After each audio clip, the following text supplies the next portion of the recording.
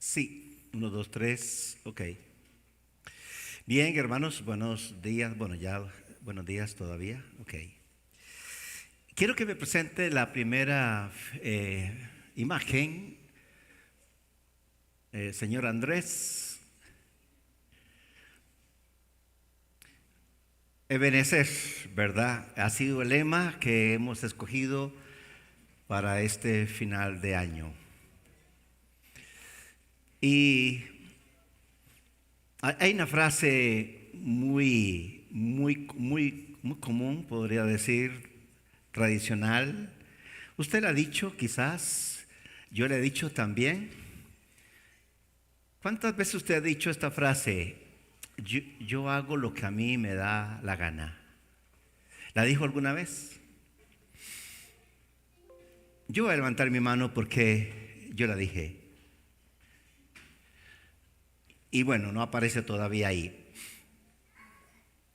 Ahora somos cristianos. ¿Podemos seguir diciendo lo mismo? Yo vivo como a mí me da la gana. O yo hago lo que a mí me da la gana. Hemos escogido esta frase, Ebenecer, que dice, hasta aquí nos ha ayudado Jehová. Y traducido, hasta aquí nos ha ayudado el Señor. Pero miren lo que dice ahí. Algunas personas me han dicho a mí, pastor, yo no voy a decir Ebenecer. Y le voy a decir por qué. Porque yo no creo ni siento que el Señor me haya ayudado. Y por eso yo no voy a decir Ebenecer. Y yo le digo, pues sí, tienen razón. Hay muchas personas que el Señor no ha ayudado. Entonces, nosotros tenemos un texto bíblico que tiene que ver con Ebenecer. Pero yo me voy a trasladar 400 años atrás de cuando se dijo esta frase. Y entonces ahí vamos a responder, ¿por qué? ¿Por qué Dios no había ayudado a su pueblo Israel? 400 años antes de que se dijera Ebenecer. Entonces nos vamos a trasladar a la historia. Entonces en su Biblia usted tiene el primer libro que es Génesis, un segundo libro que es Éxodo, tenemos un tercero que es Levítico, un cuarto que es Números y un Deuteronomio Pentateuco. Se conocen la suma de esos 5 libros. Cuando estamos en el libro Pentateuco, nos encontramos al pueblo ya viviendo en la tierra prometida. Y además nos da un resumen de la ley completamente. Y entonces va a venir el libro de Josué, usted lo tiene en su Biblia, porque Josué va a repartir la tierra prometida a su pueblo. Y ellos tenían, eso sí, antes de entrar a la tierra, Dios les dio su ley. Les dio consejos. Les dio consejos cómo vivir. Y el pueblo dijo, amén. Vamos a vivir como Dios nos dice. Todo el pueblo dijo eso. Pero una vez que cada uno tuvo su tierra, la bendición, comenzó el pueblo a alejarse de Dios. Y cuando un pueblo se aleja de Dios, entonces vive así. Vive como quiere vivir. Entonces el pueblo comienza a vivir como le da la gana. Y entonces nos viene el famoso libro de Jueces. Y Jueces es una historia de aproximadamente 400 años. Puede ser un poco menos o un poco más. Siempre las fechas son aproximadas. 400 años. 400 años donde el pueblo vive así. Viviendo cada uno como quiere vivir. Cuando nosotros nos demos cuenta, cuando una persona quiere vivir, ¿cómo quiere vivir? No espere la ayuda del Señor. ¿Por qué? Porque el pueblo ha dicho: Dios, no me interesas. Sigue siendo Dios de mi papá, el Dios de mi mamá, pero no mío. En la Biblia tenemos ejemplos. Jacob es un ejemplo. Aquel Jacob era el mimado de su mamá, porque tenía a su hermano Esaú mimado por su papá. Y Jacob, él va a expresar algo como esto: el Dios de mi papá. O sea, él reconoce: no es mi Dios, es el Dios de mis papás, mío no es. Y por eso Jacob vivía como le da la gana. Era un engañador, engañaba a la gente, buscaba beneficios personales haciendo trampas. Solo es que la gracia y misericordia de Dios está ahí con él. Pero Dios tiene planes con Jacob y le va a enseñar que él no puede vivir como le da la gana. Pero la única manera que Jacob cambie su vida es un encuentro con Dios. Un encuentro con Dios cambian las cosas. Pero volviendo al libro de Jueces, el libro de Jueces prácticamente termina con un último juez, que es Samuel. Y por eso nuestro texto se encuentra en el primer libro de Samuel, porque son dos libros. Antes eran un solo libro, pero como los libros en aquel tiempo eran rollos, era muy grande, entonces hicieron dos rollos: primer libro de Samuel y segundo libro de Samuel. Digo libros porque son libros, no son cartas, y por eso digo libros. El primer libro de Samuel. Nosotros a veces decimos segunda de Samuel, primera de Samuel. Eso está mal. Es el primer libro de Samuel.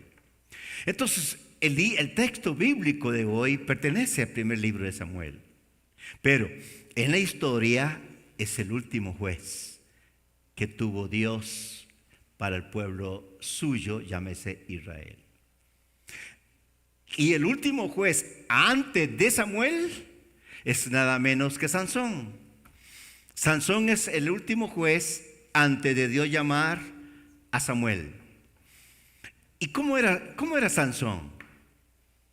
Sansón era un juez, pero también tuvo actitudes de vivir como le dio la gana. En algún momento Sansón, siendo llamado por Dios, siendo de alguna manera hijo de una madre estéril, y que Dios hizo que Manoa, su papá, pudiera engendrar, y su madre, por supuesto, concebir. Él nace para servir a Dios. Pero la historia nos narra que Sansón era un tipo descuidado. Él crece y ve a una muchacha que no le conviene, y sus padres le dicen: mira, Sansón, ella no es la mujer para ti. Pero a mí me gusta esa, y papá, no se meta conmigo, yo escojo y me caso con el que yo quiera. Eso era Sansón. Sansón jugaba con su llamamiento. Usted conoce la historia. Hasta llegó el momento en que él, por su vida inestable, no se dio cuenta, Sansón, de que Dios se había dejado de él. Y él no lo sabía. Lo que le pasó a Sansón puede seguir sucediendo hoy. Hay muchas personas que son cristianos, pero su estilo de vida ha hecho que la presencia de Dios no la siente. Y a veces la persona dice: ni falta me hace, puedo vivir como yo quiero. Y Sansón vivió así, solo de que Dios le da misericordia, y él va a terminar muriendo en la fe. Pero él tuvo que volver al Señor para que una vez más la presencia de Dios estuviera con él. Entonces, en estos 400 años, el pueblo vivía como quería, en violencia, crímenes. Usted puede leer los últimos los últimos capítulos del libro de los Jueces. Es una historia terrible de violencia, de abusos, donde un ejemplo, solamente un ejemplo, una madre tiene dinero guardado y su hijo lo toma, no voy a decir lo toma, se lo roba el dinero el hijo, sin que supuestamente su mamá se dé cuenta.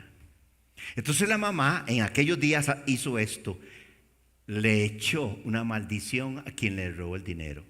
Maldigo al que me robó el dinero. Y su hijo estaba en el cuarto escuchando a su mamá echando una maldición. ¿Quién le robó el dinero? Y claro, el hijo dice, no quiero que Dios me maldiga. Entonces tuvo que confesar que él fue el que se lo robó. Entonces, ¿sabe qué hace la mamá ahora? En el nombre del Señor lo bendice. ¿Se da cuenta las dos cosas? Vivía maldiciendo y bendiciendo. Era un juego con las cosas de Dios. Ahora, el escritor de Jueces nos dice por qué vivían como les daba la gana. ¿Y saben por qué? Dice así, porque no había rey en aquel entonces. ¿Y sabes qué significa eso? No había alguien que tuviera autoridad. No había alguien a quien respetar. No había alguien a quien darle cuentas. Por eso, cuando cada uno vive como le da la gana, es que no reconocen autoridad.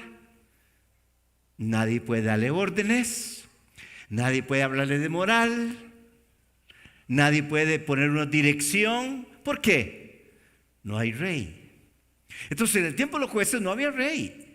Cada uno vivía como era la gana. Ahora, escuche bien, la palabra rey, señorío, amo, señor, autoridad, alguien con poder, no había. Por eso cada uno vive como le da la gana. Ahora piense, cuando usted vivía sin Cristo, por eso lo dije, ¿cuántas veces usted vivió como le da la gana? Solo Cristo pudo traer una transformación a su vida. Solo Cristo. Solo Cristo inició un proceso de transformación. Y esa transformación ha hecho que usted y yo hoy, de alguna manera, no somos perfectos, pero usted ha dicho, yo no soy el mismo de antes. Sigo pecando, a veces sigo en desobediencia, a veces sigo cometiendo cosas que no están correctas y me siento muy mal, por cierto, por hacerlo, pero necesito volver a Dios. Necesito encontrarme con Dios, porque no puedo seguir viviendo así. Eso es justamente lo que el Espíritu Santo hace con nosotros. Un cristiano no es que no peca, sí peca, pero su pecado no lo hace vivir en paz. Él va a tener que decidir doblegarse y venir al Señor. Ese es un cristiano normal, que reconoce que algo está mal y que puede venir a quien lo puede restaurar, a quien le puede perdonar y comenzar de nuevo a caminar de una manera correcta. Entonces, 400 años, es mucho tiempo, hermanos, en la historia. 400 años. Hace 8 días yo les hablaba que Dios se cayó 400 años. En el libro de Malaquías al libro de Mateo hay 400 años de... Y nosotros a veces leemos la Biblia y no nos damos cuenta de esto. Estoy hablándole 400 años. Y entonces, justamente, es el tiempo de Dios de decir, no más jueces. Es el tiempo de Dios decir, les voy a dar un rey. Es el proceso de jueces a lo que se llama monarquía. Es un gobierno diferente. Entonces Dios tiene planes de cambiar este sistema a un sistema donde ya no todo mundo tiene que vivir como le da la gana. Van a tener un rey, van a tener alguien a quien honrar, reconocer. Y entonces Dios, en su plan soberano, que es parte de la soberanía de Dios, Dios ve a la tierra y ve las personas como viven. Entonces ve una mujer, se llama Ana. Entonces el primer libro de Samuel comienza con Ana. Bueno, una de las muchas Anas que habla la Biblia. Y Ana tiene una persona viviendo en su casa que no la quiere. Se llama Penina. Y son como rivales. ¿Saben por qué? Porque Penina tiene hijos. Y le da hijos a su marido. Pero Ana, porque es aquel tiempo donde los hombres, no era la voluntad de Dios, pero los hombres, algunos tenían varias mujeres. Y no estoy diciendo que eso es válido. Lo que estoy diciendo es la historia que se dio en aquel momento, donde justamente cada vez que el hombre se aparta lo correcto, que es una sola mujer, y ahora tiene otra, le va a traer problemas en todas sus situaciones. Pues así empieza el libro de Samuel. Vaya a su Biblia conmigo, por favor, al primer libro de Samuel. Y por eso comienza a hablar así. Había un hombre de Ramataim, de Sofín, de la región montañosa de Efraín, que se llamaba Elcana, hijo de Jeroam, también hijo de Eliú, hijo de Tohu, hijo de Suf, Efrateo. Y aquí nos dice algo, y tenía, dice, 2 mujeres. El nombre de una era Ana, y el de la otra, Penina. Oiga bien, y Penina tenía hijos. Pero, hay un pero Ana no los tenía. Y que a veces usted en nuestro tiempo eso no sea un problema tan grande, pero hay que trasladarse a la historia. En la historia bíblica, una mujer que tenía hijos era reconocida como bendecida por Dios. Y era reconocida y estimada a los ojos de aquel tiempo. Pero la mujer que no tenía hijos era vista con menosprecio, era visto como alguien que Dios no haya bendecido. Entonces, eso era un conflicto en este hogar. No puedo quedarme mucho tiempo, tengo que ir a la historia. Ana iba al lugar de adoración y ella tenía una oración: Dios, dame un hijo. Ella volvía a su casa, estaba con su esposo, íntimamente hablando, nada pasaba.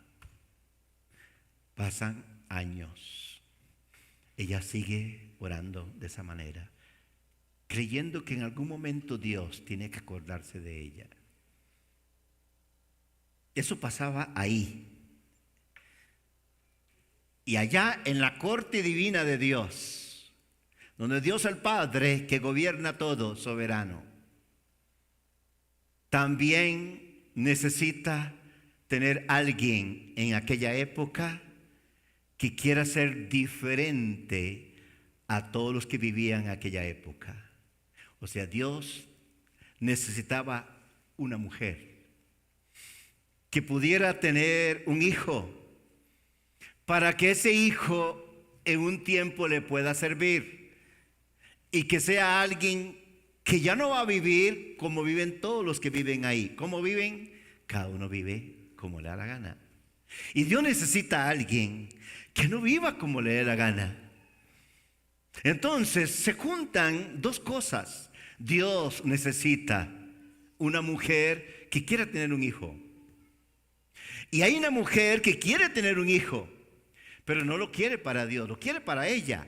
Ana quiere un hijo, perdonen la frase, para restregárselo en la cara a Penina, para que Penina no le vuelva a molestar más y tener paz. Pero no sucede. Hermanos, Dios escucha las oraciones, pero no significa que Dios va a hacer todo lo que le pidamos. Él es dueño de su voluntad. Y un cristiano tiene que aprender a orar. Dios, esta es mi petición. Su petición puede ser egoísta. Quizás no es egoísta. Dios conoce nuestro corazón. Pero Dios está escuchando nuestras oraciones y Él va a decidir qué nos da o qué no nos da. Por eso si usted lee el libro de Santiago, Santiago dice, pedís y no recibís. Y dice, ¿por qué? Porque pedís mal. Pedís para tus caprichos. Entonces Ana no recibe respuesta.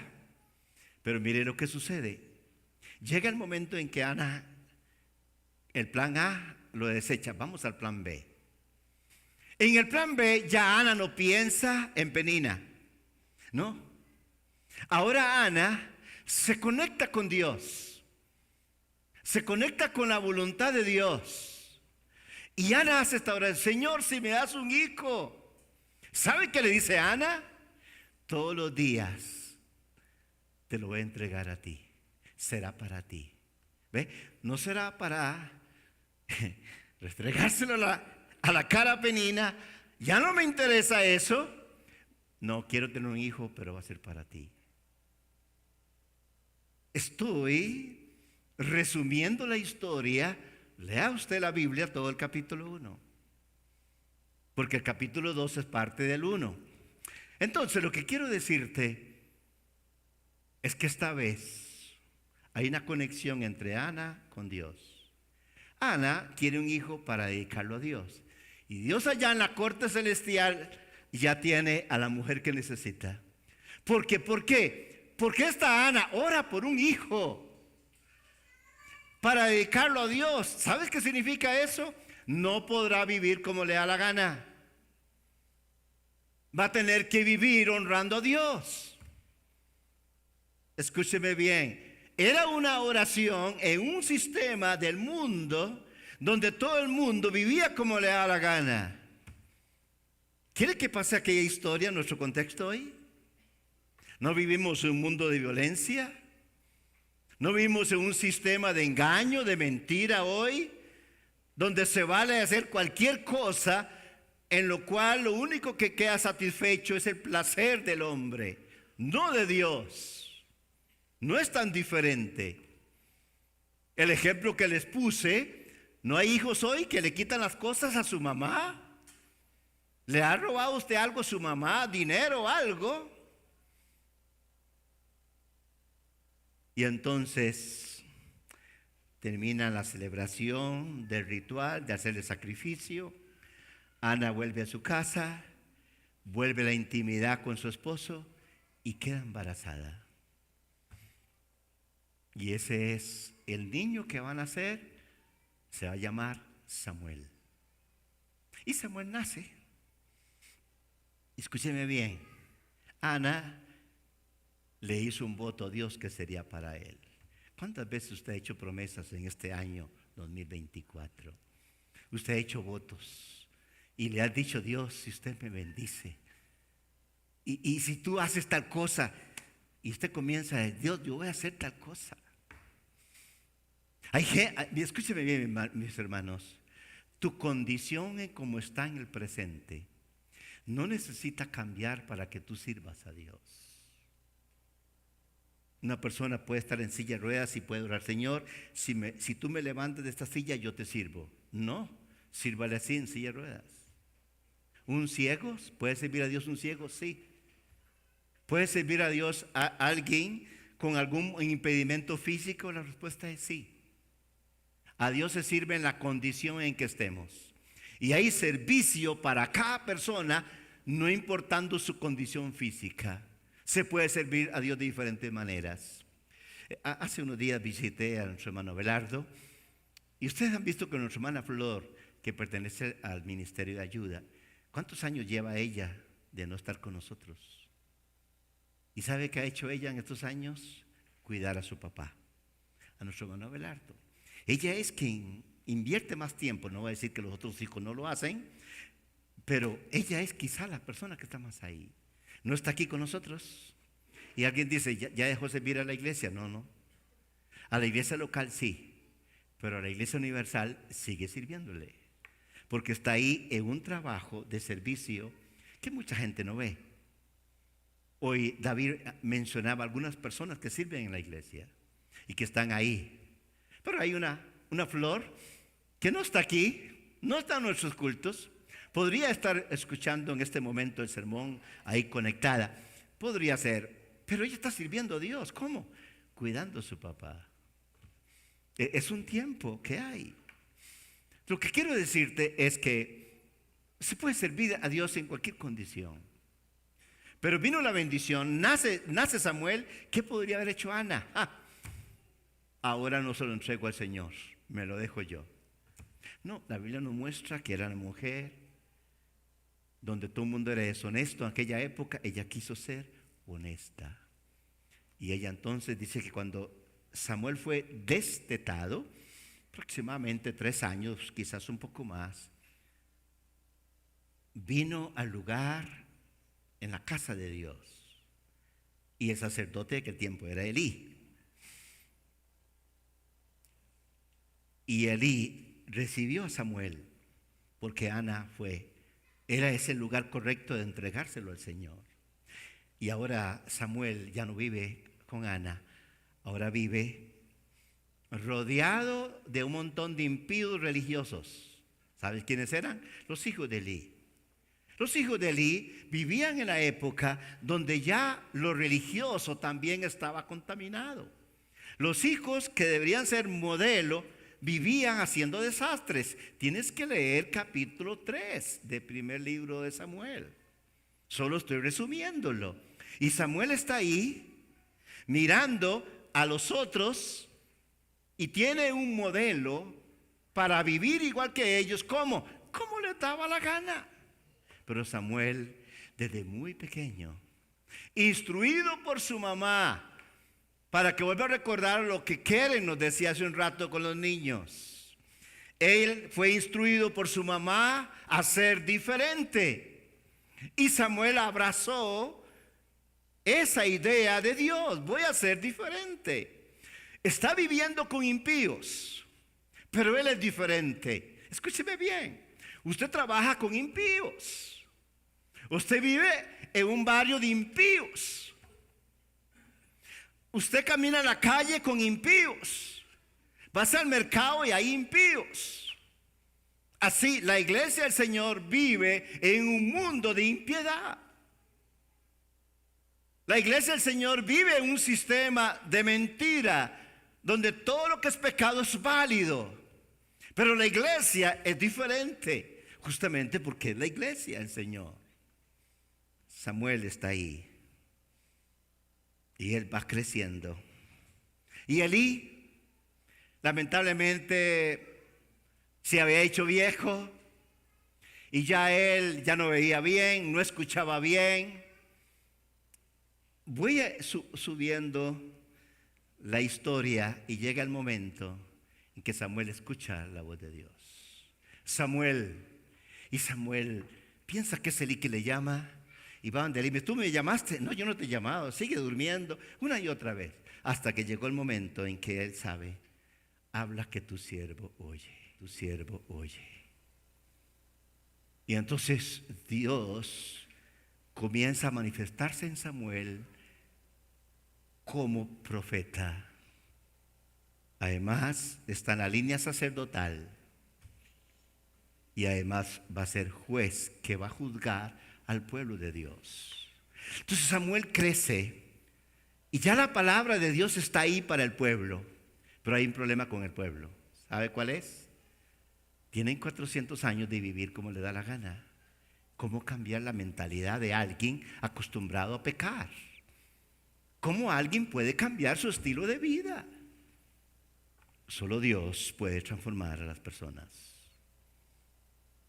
Y Samuel es profeta de Dios, pero le toca vivir como profeta de Dios en un sistema donde nadie quiere nada con Dios. Y por eso pasa las páginas de su Biblia y llegas al capítulo 4 del primer libro de Samuel. Vaya por un momento, porque en el capítulo 3 Dios llama a Samuel. En el capítulo 4 ya Samuel ya no es un chiquillo, ya es alguien adulto ya. Aunque es muy joven, pero es el profeta de Dios. Ahora el pueblo, mis hermanos, que no escuchaba la voz de Dios, ahora la tiene ahí. Se llama Samuel. Pero el pueblo vive acostumbrado a no consultar a Dios para nada. Otra vez, la misma frase, cada uno vive como le da la gana. Solo Dios puede cambiar un pensamiento como ese. Porque recuerde, hemos estado hablando de guerra espiritual, y la guerra espiritual sucede en nuestra mente. Es la mente que tiene que ser transformada a las personas.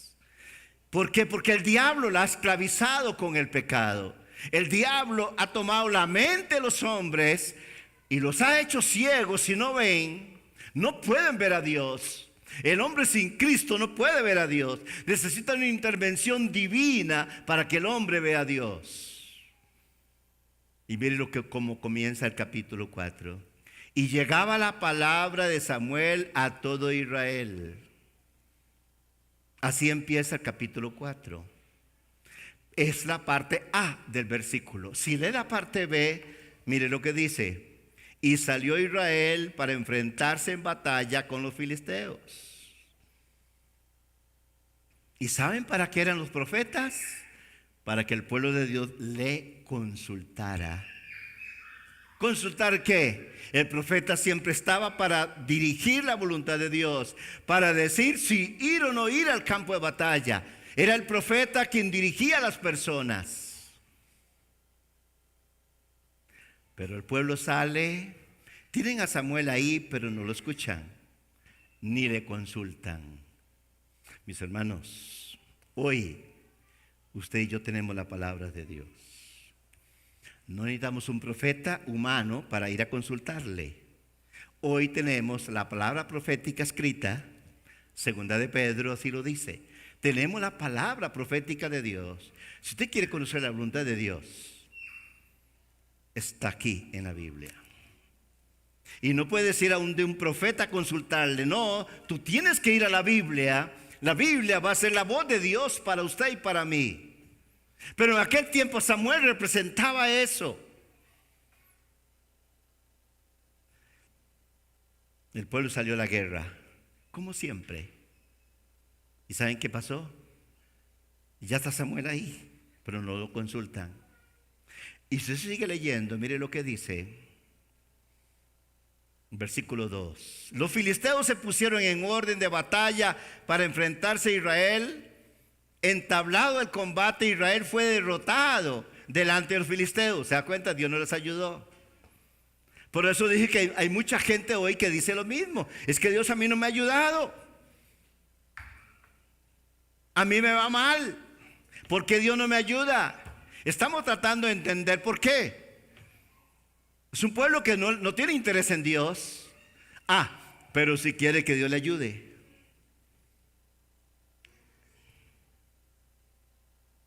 Y oiga bien, versículo 3. Cuando el pueblo volvió sin gozo, con derrota, con frustración. Cuando el pueblo volvió al campamento, los ancianos de Israel dijeron, vean la pregunta que se hacen. ¿Por qué nos ha derrotado hoy el Señor delante de los filisteos? ¿Por qué?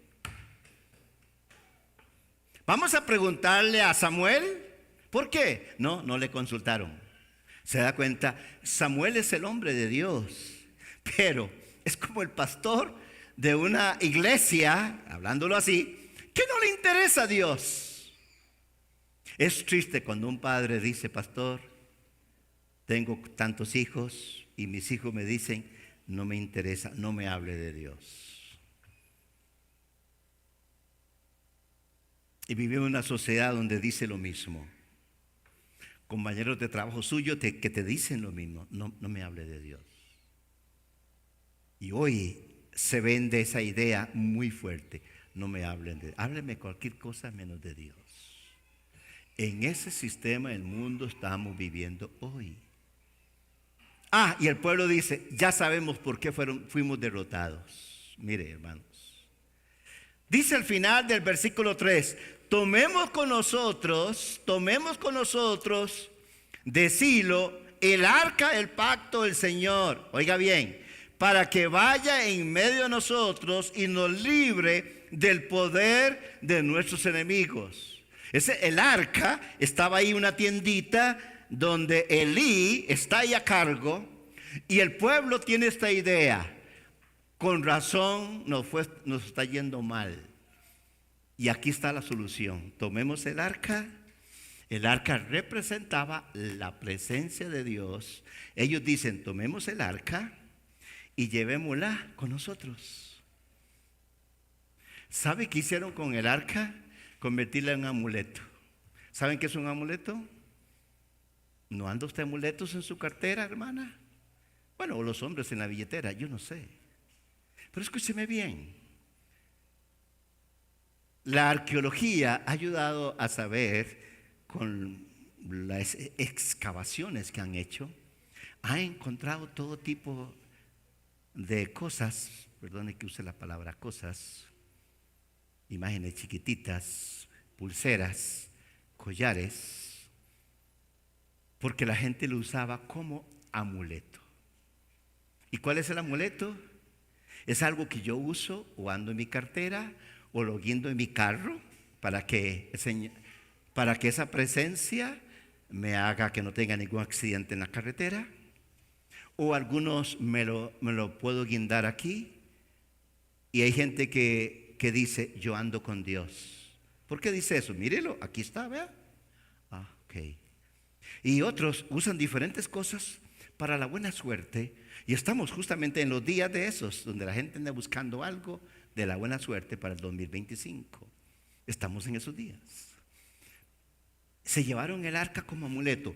No les interesaba a Dios, pero sí querían que la presencia de Dios le diera la victoria. Se llevaron el arca y volvieron a enfrentarse a los filisteos. ¿Y saben qué pasó? Los filisteos le robaron el arca, le robaron el amuleto. ¿Puede imaginarse? Se lo robaron. Terminaron los filisteos tomando el arca y se lo llevaron con ellos. Una vez más fueron derrotados. ¿Saben por qué? Porque Dios no puede ser utilizado como amuleto. Dios no es amuleto de nadie. Escúcheme bien, iglesia. Dios no es amuleto de nadie. Lo que la gente ha hecho de Dios un amuleto, eso sí. Y por eso Dios no pueden decir Ebenezer, porque Dios no está con ellos. Dios no está en las acciones nuestras que hagamos donde Él queda fuera. Cuando usted y yo tomamos una acción que no es conforme a la voluntad de Dios, no espere la presencia de Dios a tu lado. No espere la protección de Dios. Tú decidiste hacer algo sin dirección de Dios, porque querías hacerlo. ¿Ya viste la frase? Ya desapareció de ahí, pero ustedes la saben. Cada uno vivía como le da la gana. Y mis hermanos, aunque seamos cristianos hoy, si usted y yo hacemos cosas que no son conforme a la voluntad de Dios, no esperes que Dios te ayude. Aunque vengas a la iglesia. Entonces, mis hermanos, el arca es tomada ahora. Si yo predicara sobre el arca, les voy a hablar lo que le pasó a los filisteos por haberse llevado el arca. ¿Sabéis qué hicieron los filisteos? Tomaron el arca y tenían el dios Dagón en un lugar y pusieron a la presencia de Dios a la par del arca. Y se fueron uno para su casa. Al día siguiente encontraron a Dagón completamente doblegado ante el arca. Sí, la presencia de Dios sí funcionó ahí, pero no le funcionaba al pueblo de Dios. Al otro día estaba completamente en hecho de trozos Dagón. Y dijeron los filisteos, no, esta arca hay que deshacernos de ella. Este amuleto no nos sirve a nosotros. Y comenzaron a dejarla en diferentes lugares. Estoy resumiendo, tienes que leer capítulo 5, capítulo 6 del primer libro de Samuel. Y entonces nada sucede con los filisteos, hermanos. Vamos a llegar al capítulo 7, que en nuestro texto de hoy, todo lo que he dicho es contexto. Escúcheme bien, vaya al capítulo 7.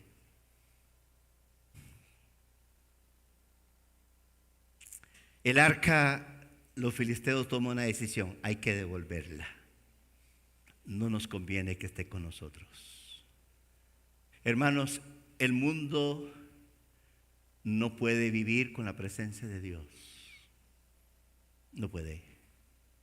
La presencia de Dios es solamente para el pueblo de Dios, para nadie más. Escúcheme bien. El Espíritu Santo ha venido a sellar a aquellos que han venido a Cristo. Si Cristo vive en ti, fuiste sellado con el Espíritu Santo. Ya lo predicamos en el libro de Efesios. Si alguien es cristiano, tiene el sello del Espíritu Santo. No necesita ningún amuleto, nada menos que tiene al Espíritu Santo. No necesitas a nadie más. ¿Saben qué dijo Pablo? Si estuviera en el Nuevo Testamento, Pablo diría: con Cristo lo tengo todo. Con Cristo estoy completo, no necesito nada. ¿Te das cuenta? Con Cristo el cristiano lo tiene todo. Y por eso en el libro de Efesios, Cristo es la cabeza de la iglesia. Es que está por encima de la iglesia. Entonces mire lo que dice capítulo 7, versículo 1. Así empezó el culto hoy. Y vinieron los hombres de Kiriat y Jearim, tomaron el arca del Señor y la llevaron a la casa de Abinadab en la colina. Bueno, ellos a su manera pagana, y consagraron a Eleazar su hijo para que guardara el arca del Señor. Oiga bien, mire lo que dice. Y sucedió que pasó mucho tiempo. 20 años, escuche, 20 años. ¿Puede imaginarse? Samuel es el pastor de una iglesia por 20 años, pero no, perdonen la frase, no le dan pelota. ¿Puede imaginarse? Ser pastor por 20 años, ser el sacerdote, el juez, y que a Israel no le importe, que ahí tienen al hombre de Dios ahí, pasan los años y a ellos no les importa, siguen viviendo como quieren. Escuche, mire lo que está sucediendo en la historia. Sucedió que pasó mucho tiempo. 20 años, escuche, 20 años. 20 años donde Dios les había dado a Samuel como profeta, con la palabra de Dios, como el portador de su voluntad, pero el pueblo no atiende a Dios. Escúcheme bien. Tenemos que atender lo que dice la palabra de Dios, iglesia.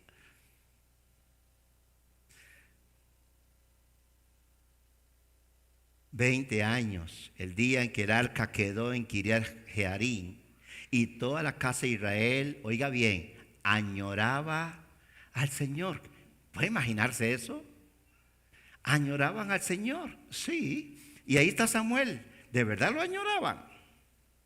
¿De verdad añoraba ese pueblo al Señor? Hay mucha gente que habla: yo añoro al Señor. Mentira. Mentira.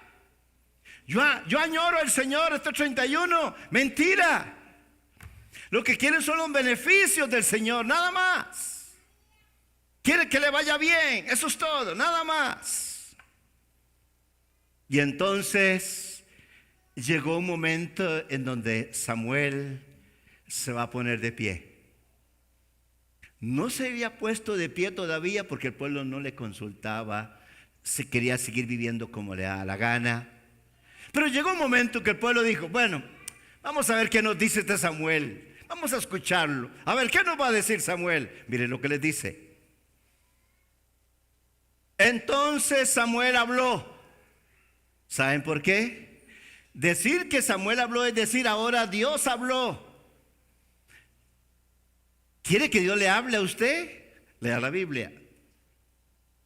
¿Quiere que Dios le siga hablando final de estos días que faltan? Lea la Biblia. Es la única manera, iglesia. Entonces Samuel habló a toda la casa de Israel, diciendo, y mire el mensaje que le dio.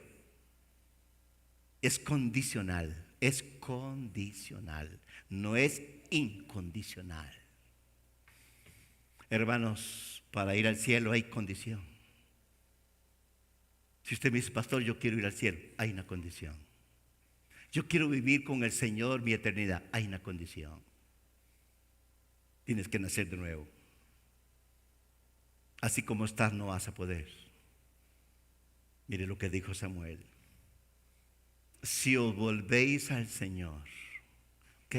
ellos van aquí, camino a Baales, camino a los dioses paganos, y él dice, si os volvéis, significa, tienen que dar media vuelta. Y aquí está el Señor.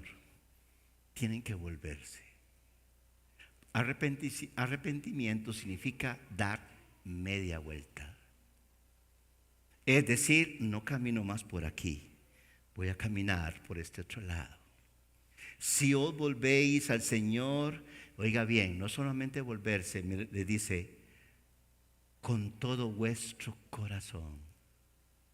Eso que tú gobiernas, eso que hace que tú vivas como vives, tus impulsos, tus afectos, tu mente, tu yo.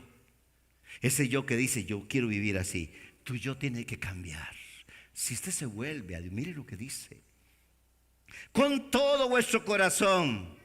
De una vez, no puede ser solo palabra, tiene que haber acciones por causa de haber creído. Quitad entre vosotros los dioses extranjeros y a las Astoret, y oiga bien, y dirigid vuestro corazón al Señor y servirle solo a Él. ¿Te das cuenta? Solo a Él. Tú no puedes estar aquí con el Dios del mundo y con el Dios de los dioses y decir una mano para acá. No, solo a Él.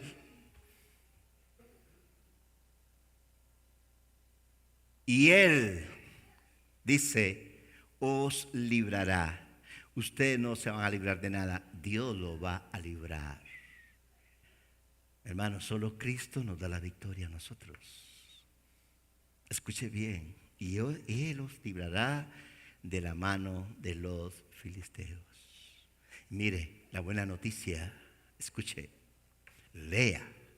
Los hijos de Israel quitaron los Baales y las Astoret y sirvieron solo al Señor. Eso se llama arrepentimiento. Eso se llama volverse a Dios. Esta es la esencia del capítulo 7 del primer libro de Samuel. Arrepentimiento. Para que haya restauración. Para que haya transformación. Arrepentimiento. Es dar la media vuelta. Y Samuel dijo, reunid en Mispat a todo Israel y yo oraré al Señor por vosotros. Y se reunieron en Mispat y sacaron agua y la derramaron delante del Señor. Ayunaron aquel día y dijeron allí, hemos pecado contra el Señor. Eso era vital. Ellos están reconociendo su pecado. Hemos pecado contra el Señor. Hermanos, eso se llama arrepentimiento y el reconocimiento de pecado delante de Él. Es delante de Dios. Por eso el hombre nada hace con pedirle perdón a la esposa, al hijo, al vecino, al pulpero. No.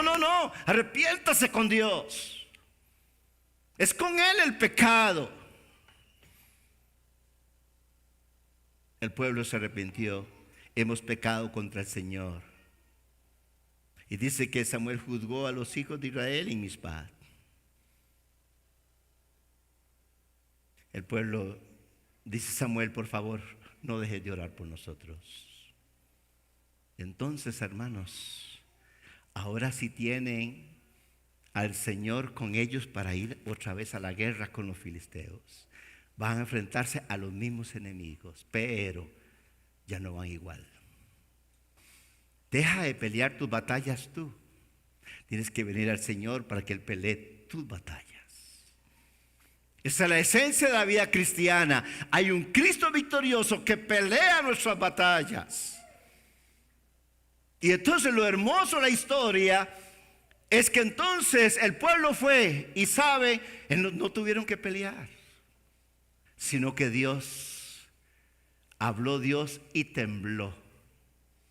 Dice que tronó Dios. Eso es lo que dice, mis hermanos. Mire lo que dice. Versículo 10.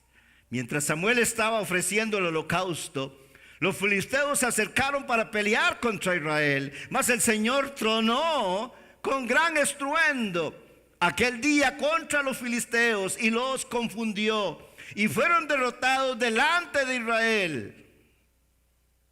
Y saliendo de Mizpa, los hombres de Israel persiguieron a los filisteos, hiriéndolos hasta más allá de Betel, de Becar.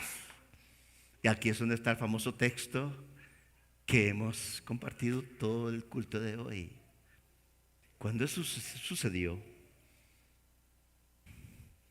aquel valle de Mizpa y el otro lugar que se llama también Sen, era un lugar estratégico de guerra y era un lugar de muchas rocas. Entonces Samuel toma una piedra y él la va a poner ahí como un recordatorio. Samuel quiere tener un recordatorio. Y Samuel le dice al pueblo, escuche bien, desde que ustedes se arrepintieron, desde que ustedes se volvieron a Dios, desde que ustedes confesaron su pecado, Dios nos ha ayudado. ¿Lo explico? No esperes que Dios te ayude sin arrepentimiento. No esperes benecer en tu vida si tú no amas la palabra de Dios. No esperes eso.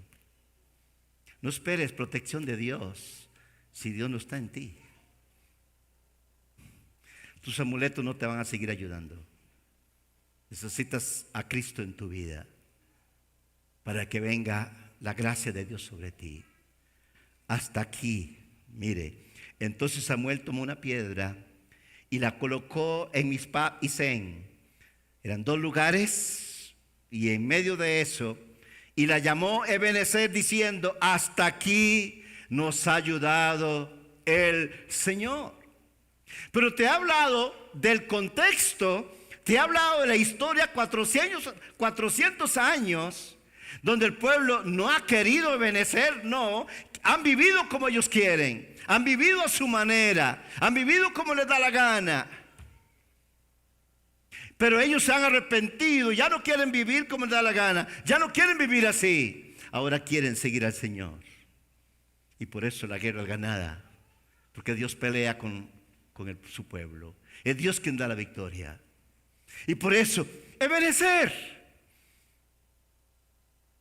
Ahora, por eso, nosotros como cristianos, este 2024, hemos sido una iglesia, una familia, con nuestras broncas cada uno, porque el cristiano sigue siendo una persona humana, sigue teniendo problemas con el trabajo, con la salud, nos hemos enfermado.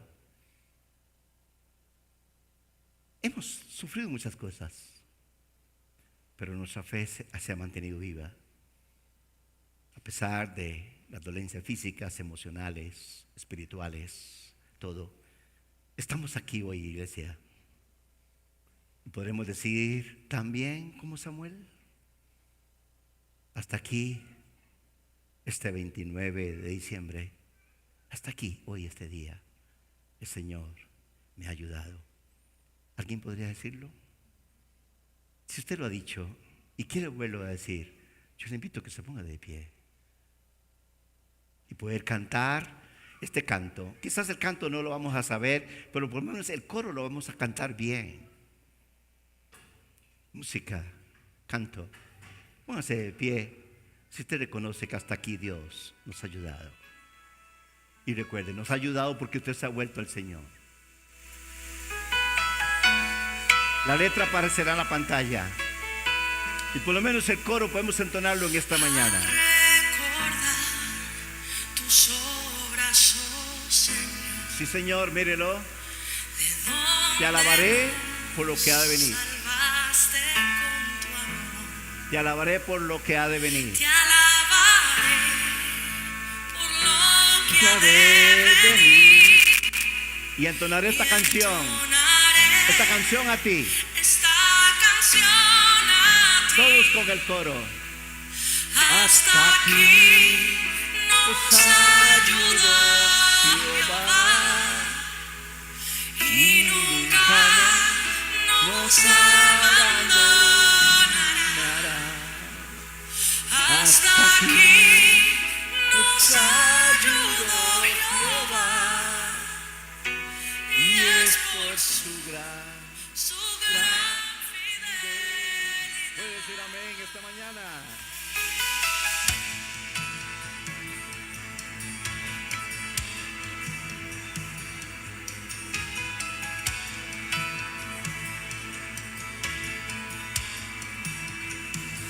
Confiado estoy que tú conmigo estás, siempre has sido mi seguridad.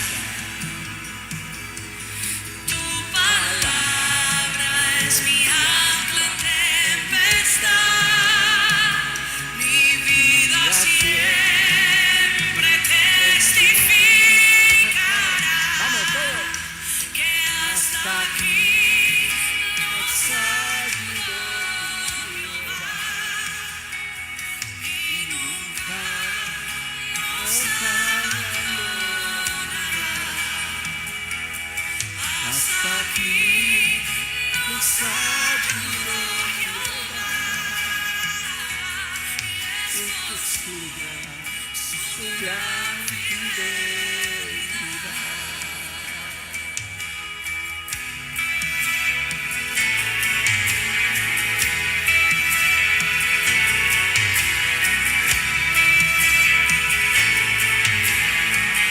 Gracias, Señor, por tu gran fidelidad. Gracias, Jesús, porque tú has sido fiel. Gracias, Señor. Tú eres mi escudo y mi defensor. Tú eres mi escudo y mi defensor, Mi ayuda y mi roca. ayuda y mi roca, Oh, Señor. Señor. No ha fallado. No has fallado hasta el día de hoy y nunca fallarás. Hasta aquí, Señor, gracias.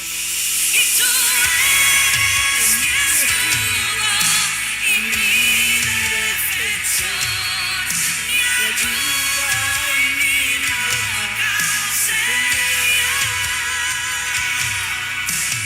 No has fallado hasta el día de hoy y nunca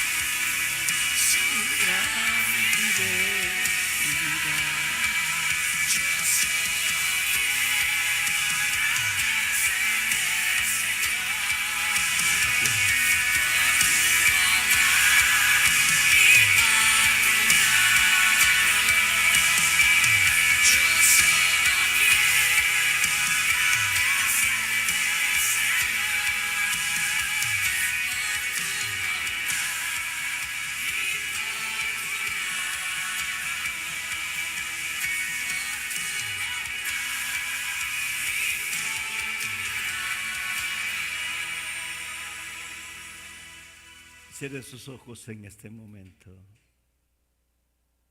Señor, hemos escuchado esta palabra en esta mañana. Y Señor, si nosotros en algunas cosas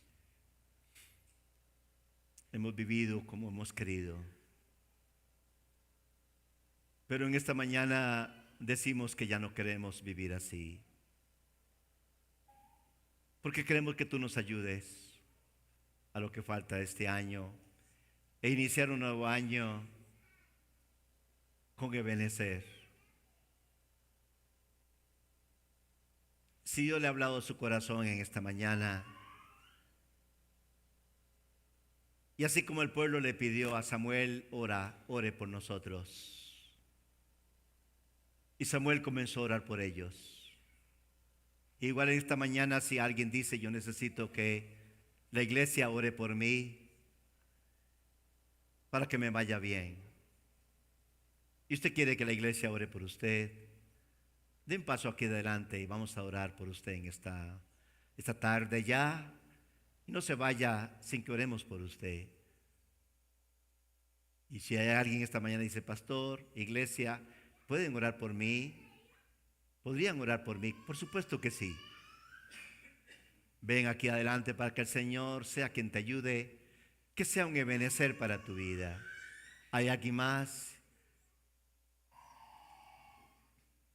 que también pueden orar por mí también? Quiero que el Señor me ayude. Quiero que Él sea el Señor. Si hay alguien más, puede venir. Si vienes adelante, no es porque eres un pecador.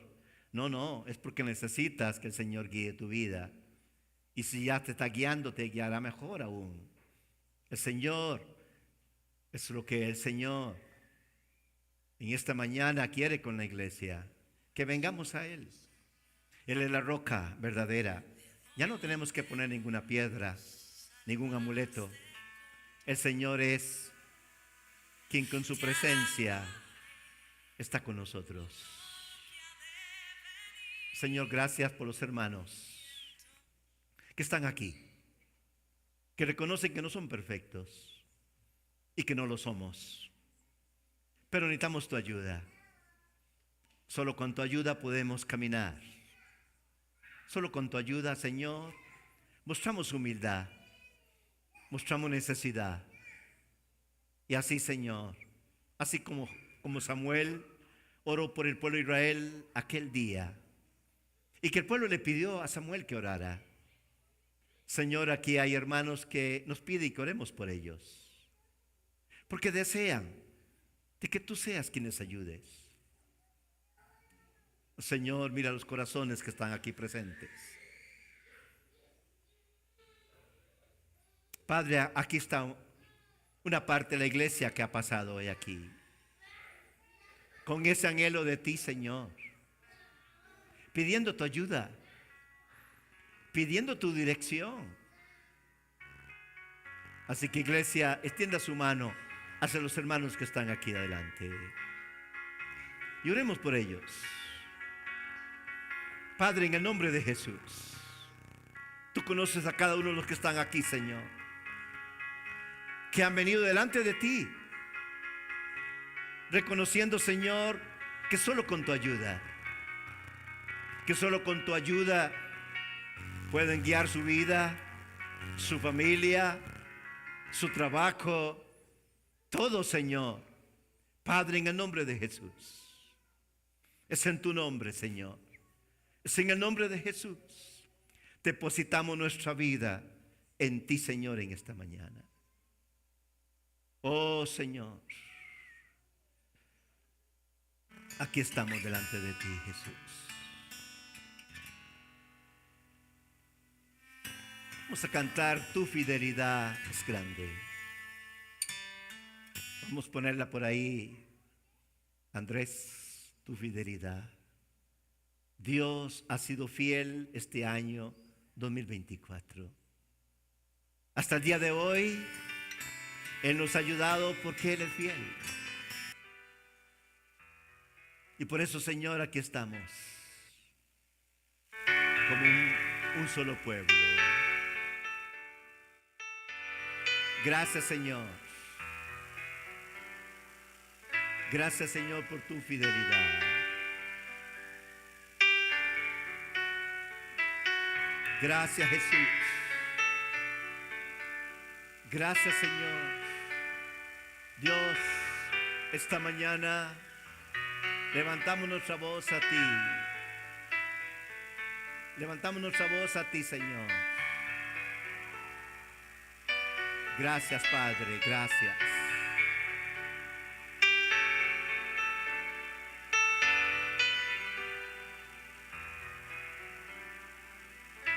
fidelidad incomparable.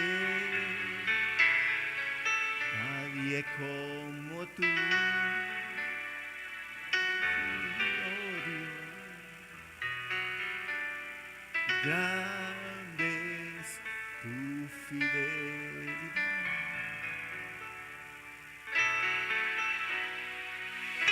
Fidelidad es grande. Fidelidad incomparable. Nadie como tú, como tú. Bendito Dios. Grande es tu fidelidad. Tu fidelidad.